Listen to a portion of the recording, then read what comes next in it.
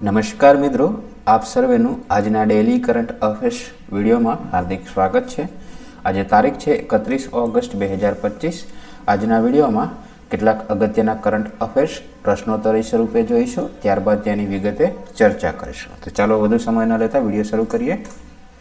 પહેલો પ્રશ્ન છે, IMF એટલે કે ઇન્ટરનેશનલ મોનેટરી ફંડના એક્ઝિક્યુટિવ ડિરેક્ટર પદે કોની નિમણૂક કરવામાં આવી છે? જવાબ આવશે ઉર્જિત પટેલ જે છે એમની નિમણૂક કરવામાં આવી છે।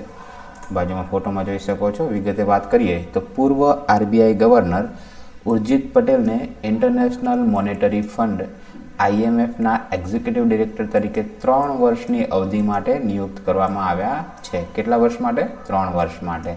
આપ બાજુમાં જોઈ શકો છો ઉર્જિત પટેલ જેઓ પૂર્વ RBIના ગવર્નર રહી ચૂક્યા છે।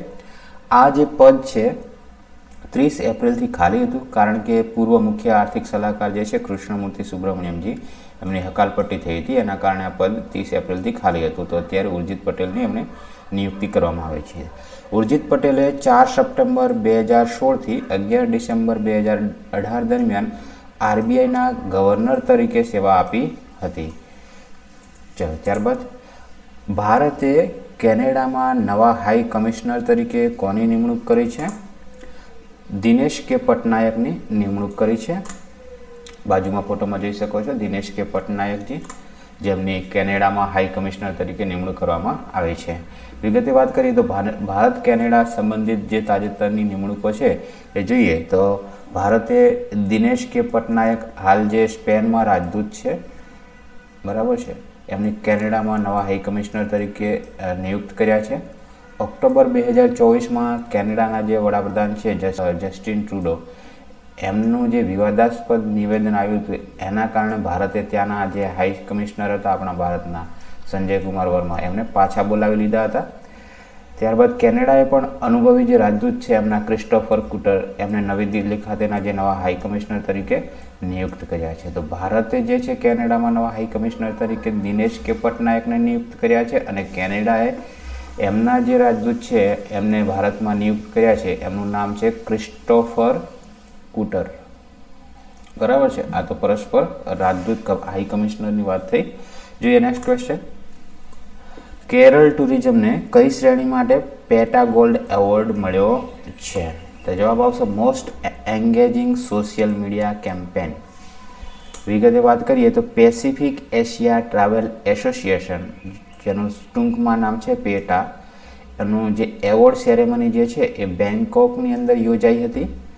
પેટા જે છે એ એશિયા પેસિફિક ક્ષેત્રમાં પ્રવાસન અને ટુરિઝમ ઉદ્યોગમાં વિશેષ સફળતાઓ માટે પુરસ્કારો આપે છે। આ જે પેટા છે એ એશિયા પેસિફિક ક્ષેત્રમાં પ્રવાસન અને ટુરિઝમ ક્ષેત્રમાં જે છે વિશેષ યોગદાન આપે છે એમને પુરસ્કાર આપે છે।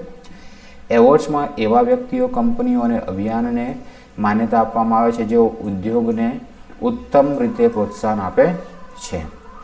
તો કેરળ ટુરિઝમને કઈ શ્રેણી માટે પેટા ગોલ્ડ એવોર્ડ મળ્યો છે? તો most engaging social media campaign.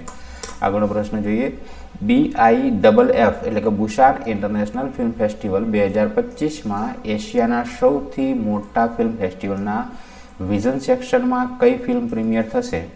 તો જવાબ આવશે શેપ ઓફ મોમો। શું છે વિગતે વાત કરીએ શેપ ઓફ મોમો ફિલ્મ વિશે। ત્રિબેની રાયની જે છે આપ બાજુમાં ફોટોમાં જોઈ શકો છો, ત્રિબેની રાયની એમનું ડેબ્યુ ફિલ્મ છે, નામ છે શેપ ઓફ મોમો। આ જે ફિલ્મ છે એ બુસાન ઇન્ટરનેશનલ ફિલ્મ ફેસ્ટિવલ જે 2025 છે, બરાબર છે, એમાં એનું પ્રીમિયર થશે। ફિલ્મ શેપ ઓફ મોમો જે છે એને Busan international film festival BIFF 2025ના વિઝન સેક્શન માટે અધિકૃત રીતે પસંદ કરવામાં આવી છે। BIFF એ એશિયામાં સૌથી મોટું અને પ્રતિષ્ઠિત ફિલ્મ ફેસ્ટિવલ છે। 30મો બુસાન આંતરરાષ્ટ્રીય ફિલ્મ ફેસ્ટિવલ જે છે એ યોજાવાનો છે 17 સપ્ટેમ્બરથી 26 સપ્ટેમ્બર 2025 સુધી બુસાન ખાતે દક્ષિણ કોરિયામાં યોજાશે। ક્યાં આગળ યોજાશે બુસાન ઇન્ટરનેશનલ ફિલ્મ ફેસ્ટિવલ? તો દક્ષિણ કોરિયામાં બુસાન ખાતે યોજાશે, અને એમાં જે છે એનું પ્રીમિયર જે થશે, એમાં નોમિનેટ થયેલી ફિલ્મ છે એનું નામ છે શેપ ઓફ મોમો। એની અંદર ડેબ્યુ કર્યું છે ત્રિબેની રાય આપ બાજુમાં ફોટોમાં જોઈ શકો છો. આગળ પ્રશ્ન જોઈએ. નારી રિપોર્ટ અનુસાર મહિલાઓ માટે સૌથી સુરક્ષિત શહેરોમાં કયા શહેરો સામેલ છે? તાજેતરની અંદર નારી રિપોર્ટ જાહેર કરવામાં આવ્યો છે અને એમાં કયા કયા શહેરો મહિલાઓ માટે સુરક્ષિત છે, કયા સુરક્ષિત નથી તેનો રિપોર્ટ જારી કરવામાં આવ્યો છે. તો જોઈએ કયા કયા શહેરો છે જે મહિલાઓ માટે સુરક્ષિત છે.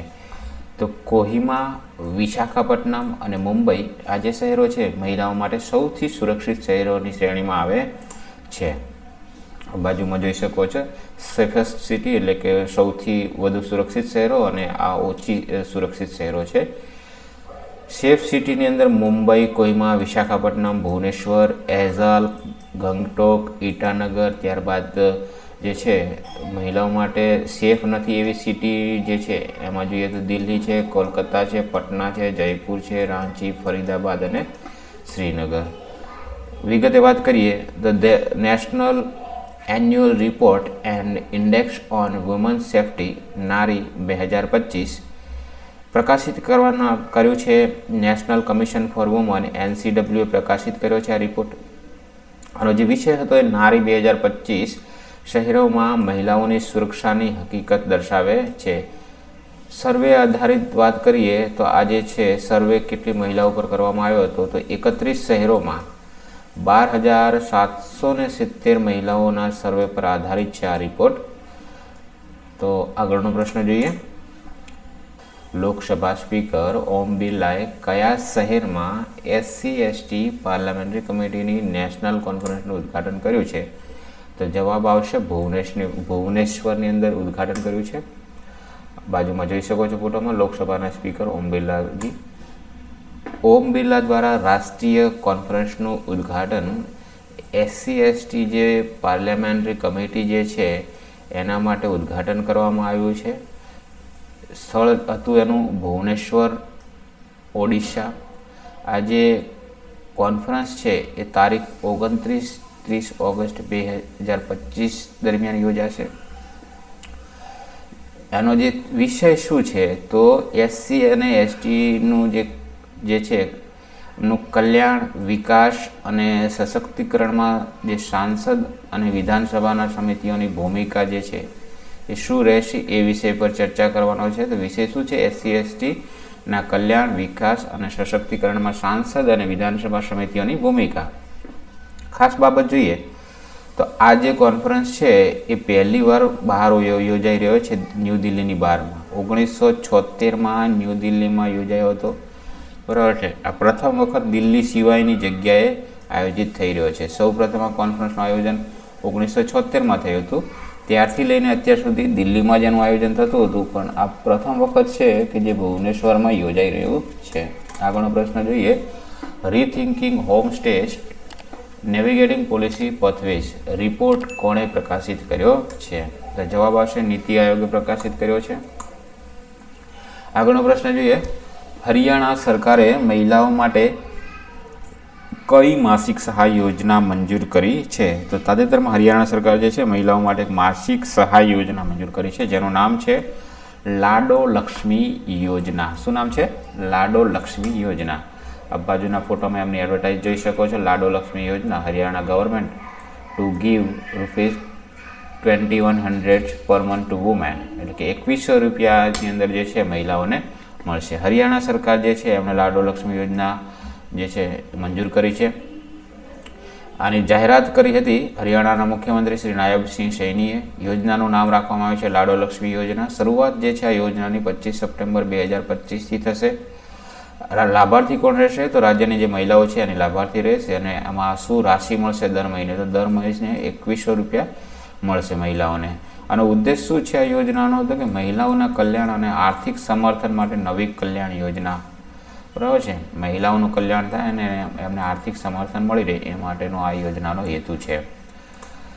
દિલ્હીના મુખ્યમંત્રી શ્રી રેખા ગુપ્તા દ્વારા કોલેજના વિદ્યાર્થીઓ માટે કઈ બસ સેવા શરૂ કરવામાં આવી છે? તો દિલ્હીના મુખ્યમંત્રી છે કોણ છે અત્યારે? રેખા ગુપ્તાજી. એમના દ્વારા કોલેજના વિદ્યાર્થીઓ માટે એક બસ સેવા શરૂ કરવામાં આવી છે. આ બસ સેવાનું નામ શું રાખવામાં આવ્યું છે? યુ સ્પેશિયલ બસ. એટલે યુ સ્પેશિયલ મતલબ કે યુનિવર્સિટી સ્પેશિયલ બસ. તો આ બસનું નામ છે યુ સ્પેશિયલ બસ.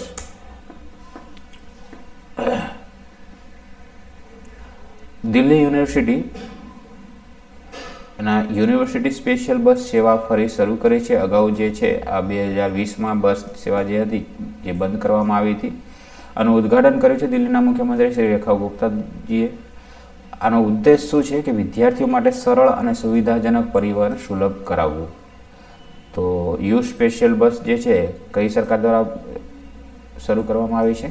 તો દિલ્હી સરકાર જે છે એમના દ્વારા શરૂ કરવામાં આવી છે. આગળનો પ્રશ્ન જોઈએ. ગૂગલ દ્વારા જેમિની એપમાં કયું નવું AI photo editing tool launch કરવામાં આવ્યું છે? ગૂગલે તાજેતરમાં એમની જેમિની એપમાં એક નવું AI photo editing tool launch કર્યું છે. એનું નામ છે નેનો બનાના. શું નામ છે? Nano banana. આપ બાજુમાં ફોટોમાં જોઈ શકો છો. ગૂગલ નવી ઇમેજ જનરેશન અને એડિટિંગનું જે છે AI મોડેલ રજૂ કર્યું છે. મોડેલનું નામ છે જેમિની 2.5 ફ્લેશ ઇમેજ અથવા તો નેનો બનાના. શું સુવિધા આપે છે આપણને નેનો બનાના? તો ઇમેજ જનરેટ અને એડિટિંગ માટે AI આધારિત આપણને સુવિધા આપે છે. આનો ઉદ્દેશ શું છે કે વધુ ઝડપી, ક્રિએટિવ અને ઉચ્ચ ગુણવત્તાની ઇમેજનું સર્જન કરવું. આગળનો પ્રશ્ન જોઈએ. તો ફીડે વર્લ્ડ કપ 2025માં કયા રાજ્યમાં યોજાવાનો છે? ફીડે વર્લ્ડ કપ 2025 કયા રાજ્યમાં યોજાવાનો છે? તો જવાબ આવશે ગોવાની અંદર યોજાવાનો છે. ફીડે વર્લ્ડ કપ 2025 જે છે ગોવા ખાતે યોજાવાનો છે. તારીખ છે 23 ઓક્ટોબરથી 27 નવેમ્બર 2025 દરમિયાન યોજાશે. એની વિશેષતા શું છે કે ભારત દ્વારા બીજી વાર આયોજિત થઈ રહ્યો છે ફીડે વર્લ્ડ કપ. ક્યાં યોજાઈ રહ્યો છે? ગોવાની અંદર 30 ઓક્ટોબરથી 2027 દરમિયાન યોજાશે. આ અગાઉ જે છે આયોજન થયું હતું હૈદરાબાદ ખાતે 2002માં, જેમાં વિશ્વનાથન આનંદ ચેમ્પિયન બન્યા હતા. જે આપણા ચેસના પ્લેયર છે વિશ્વનાથન આનંદ, એ 2002માં જે હૈદરાબાદ ખાતે યોજાયો હતો ફીડે વર્લ્ડ કપ, એમાં વર્લ્ડ ચેમ્પિયન થયા હતા. આગળનો પ્રશ્ન જોઈએ તો ડાયમંડ લીગ ફાઇનલ્સ 2025માં જેવેલિન થ્રોમાં પ્રથમ ક્રમે કોણ રહ્યું છે? તો તાજેતરની અંદર જ્યુરિચમાં ડાયમંડ લીગ ફાઇનલ્સ રમાઈ 2025, બરાબર છે. તો એમાં જેવેલિન થ્રોમાં પ્રથમ ક્રમે રહ્યા હતા જુલિયન વેબર. કોણ રહ્યા હતા? જુલિયન વેબર, જેઓ જર્મનીના છે. ડાયમંડ લીગ ફાઇનલ 2025 જ્યુરિચ ખાતે રમાઈ હતી, જેમાં નીરજ ચોપરા જે છે અંતિમ પ્રયત્ને 85.01 મીટર ભાલા ફેંકીને બીજા સ્થાન પર રહ્યા હતા અને તેઓ આ રીતે સતત ત્રીજા વર્ષે પણ રનરઅપ રહ્યા હતા. જર્મનીના જુલિયન વેબર જે છે એમણે 91.51 મીટરના થ્રો સાથે પ્રથમ ડાયમંડ લીગ ટ્રોફી જીતી છે. તો જર્મનીના જે જુલિયન વેબર છે એઓ આજે છે એમની પ્રથમ ડાયમંડ લીગ ટ્રોફી છે અને એમણે કેટલો ભાલો ફેંક્યો હતો? 91.51 મીટર. 15મી જુનિયર રાષ્ટ્રીય મહિલા હોકી ચેમ્પિયનશિપમાં કઈ ટીમ જીતી છે? તો ઝારખંડની જે મહિલા હોકી ટીમ છે એ જીતી છે 15મી જુનિયર રાષ્ટ્રીય મહિલા હોકી ચેમ્પિયન. એમાં ઝારખંડની મહિલા હોકી ટીમ જીતી છે. ઝારખંડ મહિલા હોકી ટીમ જે છે આજે 15મો junior national women's hockey championship યોજાઈ હતી, એમાં જીતી છે. ફાઇનલ જે છે રમાઈ હતી એ હરિયાણા સામે રમાઈ હતી અને જે આજે ચેમ્પિયનશિપ જે છે ફાઇનલ ક્યાં રમાઈ હતી? તો કોકીનાડા આંધ્રપ્રદેશમાં રમાઈ હતી. આનું આયોજન થયું હતું 1 થી 12 ઓગસ્ટ 2025 દરમિયાન. અને ખાસ બાબત શું હતી કે ઝારખંડ મહિલા હોકી ટીમ જે છે આ વર્ષે 2025માં સિનિયર, જુનિયર અને સબ જુનિયર આ ત્રણેય કેટેગરીમાં રાષ્ટ્રીય ચેમ્પિયનશિપ જીતી છે. કોણે જીતી છે? તો ઝારખંડ મહિલા હોકી ટીમ છે એમણે આ ત્રણેય કેટેગરીમાં કઈ કે સિનિયર, જુનિયર અને સબ જુનિયર ત્રણેય કેટેગરીમાં વર્ષ 2025માં ચેમ્પિયનશિપ જીતી છે. તો 15મી જુનિયર રાષ્ટ્રીય મહિલા હોકી ચેમ્પિયનશિપ જે છે ઝારખંડ ટીમ વિજેતા બને છે, મહિલા હોકી ટીમ. આજનો આ વિડીયો અહીં આપણે સમાપ્ત કરીએ છીએ. વિડીયો આપને કેવો લાગ્યો એ જરૂરથી જણાવશો. વિડીયોને લાઈક કરશો, મિત્રો સાથે શેર કરશો અને આપના પ્રતિભાવો કોમેન્ટમાં જરૂરથી જણાવશો. આ ઉપરાંત રોજે રોજ કરંટ અફેર્સના વિડીયો માટે આપ અમારી યુટ્યુબ ચેનલને સબસ્ક્રાઈબ કરીને બેલ આઇકન ઓન કરી લેશો, જેથી આપને તરત નોટિફિકેશન મળી રહે. આપ સર્વેનો ખૂબ ખૂબ આભાર.